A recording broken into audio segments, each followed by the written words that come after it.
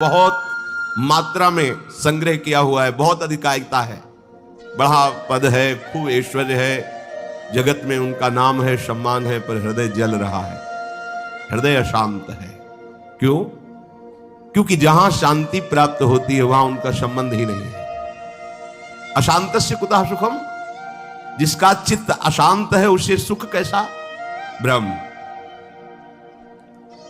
कुछ वर्ष की आयु, शरीर समाप्त हुआ, न पद रह गया, न संपत्ति रह गई, न नाम रह गया, न व्यवहार रह गया, न परिवार रह गया, अकेले अपने कर्मों की पोटली बांध करके फिर नया जन्म, फिर वही पढ़ाई लिखाई, दुनिया का प्रपंच।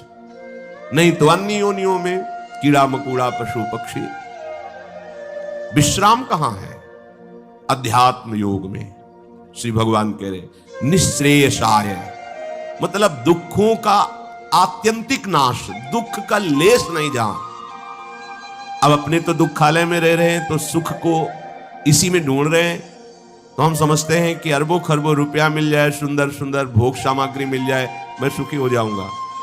ऐसे अभी इसी भूमंडल पे हैं जिनको खुद पता नहीं कि मेरे पास कितनी धनराशि है। रोज नए नए भोग भोगते हैं, पर नींद नहीं आती, नींद की दवा लेना पड़ता है। मानसिकता बिगड़ी हुई है, विक्षिप्त है, हृदय जल रहा है, हर समय भयभीत है, कहीं ऐसा ना हो जाए, कहीं ऐसा। सुख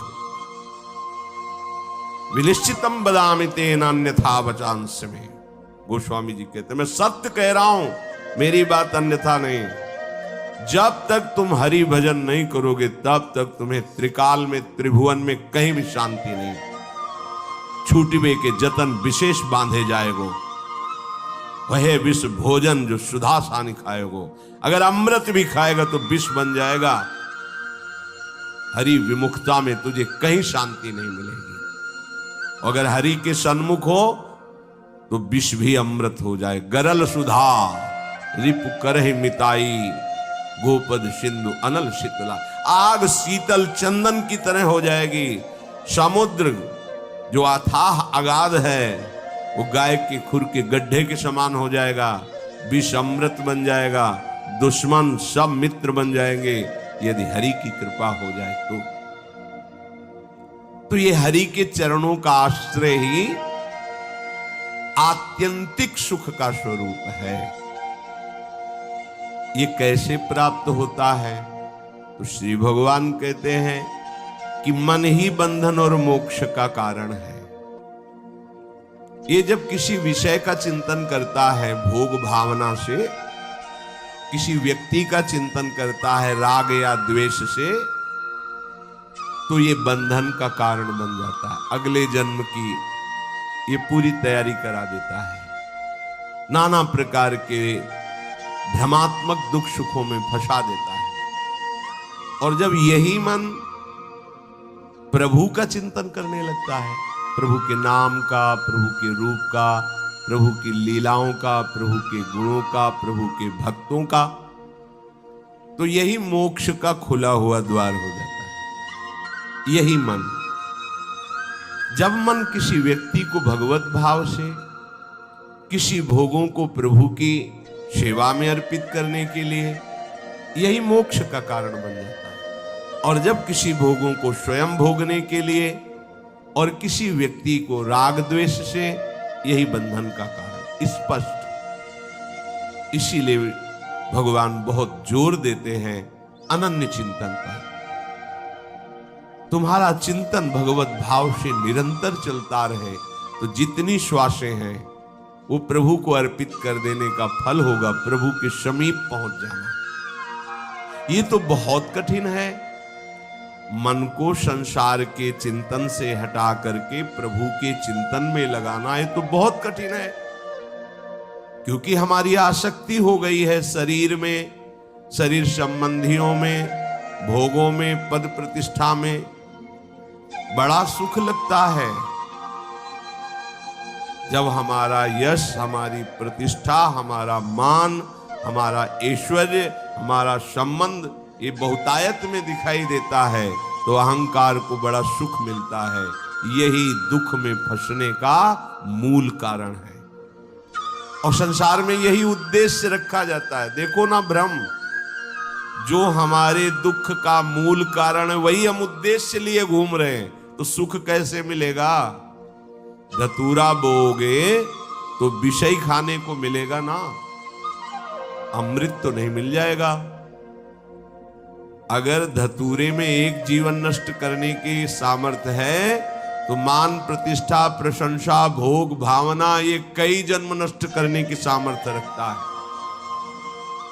बुद्धि हमारी भ्रमित है, इसलिए हम समझ नहीं पा रहे। विष तो एक जन्म मारता है, विषय देखो ना, जब से सृष्टि हुई आज तक मार ही तो रहा है। मरते मरते थक गए, मरना नहीं मिटा, फिर मरना पड़ेगा। अरे अब तो ऐसा मरो कि अब जन्मना न पड़े, मृत्यु महोत्सव हो जाए। तो हे प्रभु, ये आसक्ति हमारी हो गई है शरीर में, शरीर संबंधियों में, भोगों में। तो जहां हमारी आसक्ति होती वहीं हमारा मन चित्त चिंतन करता है। और आप कह रहे हैं कि अगर मन चिंतन करे निरंतर प्रभु का तो मुक्त है, जीवन मुक्त है। अभी कैसे हो सकता है ऐसा? तो श्री भगवान ने कहा, प्रसंगमजरम पाशमात्मनः कवयो विदुः स एव साधु सुकृतो मोक्ष द्वारमपावृतम्। खुला हुआ मोक्ष का द्वार खुल गया। क्या? जो तुम्हारी शरीर में आसक्ति है, शरीर के रिश्ते नाते संबंधियों में आसक्ति है, भोगों में आसक्ति है, वही नरक का खुला हुआ द्वार है। कैसे? त्रिविधम नरकस्येदम द्वारम नाशन मात्मनः कामः क्रोधा तथा लोभा तस्मादेत्रयम् त्यजेत। जब तुम शरीर भाव से होते हो तभी तुम्हें काम वेदना सताती है। काम में बाधा पड़ने पर क्रोध का जागरण होता है, क्रोध ही नाश का स्वरूप बन जाता है।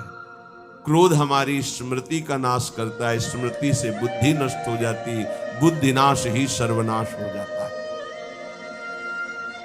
काम क्रोध और लोभ ये नरक के खुले हुए द्वार है। अगर यही आसक्ति प्रभु के प्रेमी महात्मा के चरणों में हो जाए तो कह रहे हैं मोक्ष द्वारम अपावृतम, खुल गया मोक्ष का द्वार। अब बस केवल प्रवेश करना है, अर्थात उनकी आज्ञा का पालन करना है।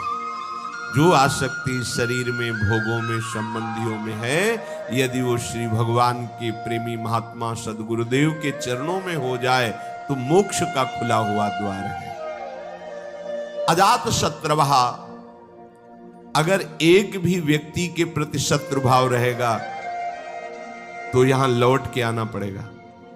एक भी व्यक्ति से आसक्ति हो गई तो लौट के आना पड़ेगा। मृग के बच्चे से हुई मृग बन गए, पुरंजनी से हुई पुरंजनी बन गए। हमारी ऐसी भगवत भावना बढ़े कि पूरी सृष्टि में कोई एक भी शत्रु ना हो। जो तुमसे द्वेष करे उसको प्रणाम करो। यदि भगवत प्राप्ति के मार्ग में बढ़ रहे हो, जो तुमसे ना बोले उससे तुम कभी भी रूठो मत। सामने पड़े तो राधे राधे श्री हरि। कभी ऐसा नहीं कि ये तो दुष्ट है मैं गाली देता, नहीं नहीं। हमारा प्रभु ही हमारे हृदय को मजबूत करने के लिए ऐसा स्वांग रच रहा है। सच्ची मानना, भगवान अपने भक्त को समर्थ बनाने के लिए लीला करते हैं। वही है, कोई दुष्ट नहीं है। किसकी सामर्थ्य है कि प्रभु के पार्षद को गाली दे दे, प्रभु के पार्षद को पीट दे, प्रभु के पार्षद की अवहेलना कर दे? ये भगवान इसीलिए करवाते हैं कि तुम समर्थ बनो, द्वंद्वों को परास्त करो, ना कि द्वंद्वों से परास्त हो जाओ। तुम मेरे सेवक कहलाकर द्वंद्वों से परास्त हो जाओगे तो ठीक नहीं है। ए भगवान का भक्त, जरा सी बात में देखो विकल हो नहीं।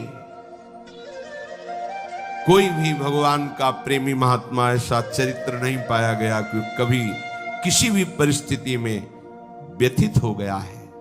नहीं, यम ही न व्यथ्यन्ते ते पुरुषम पुरुषर्षभ सम दुखा सुखाधीरम सोमृतत्वाय कल्पते। जो सुख दुख में समान किसी भी परिस्थिति में हृदय व्यथित नहीं हुआ, हर समय राधा राधा राधा परम पद उसके चरणों में लौटता है।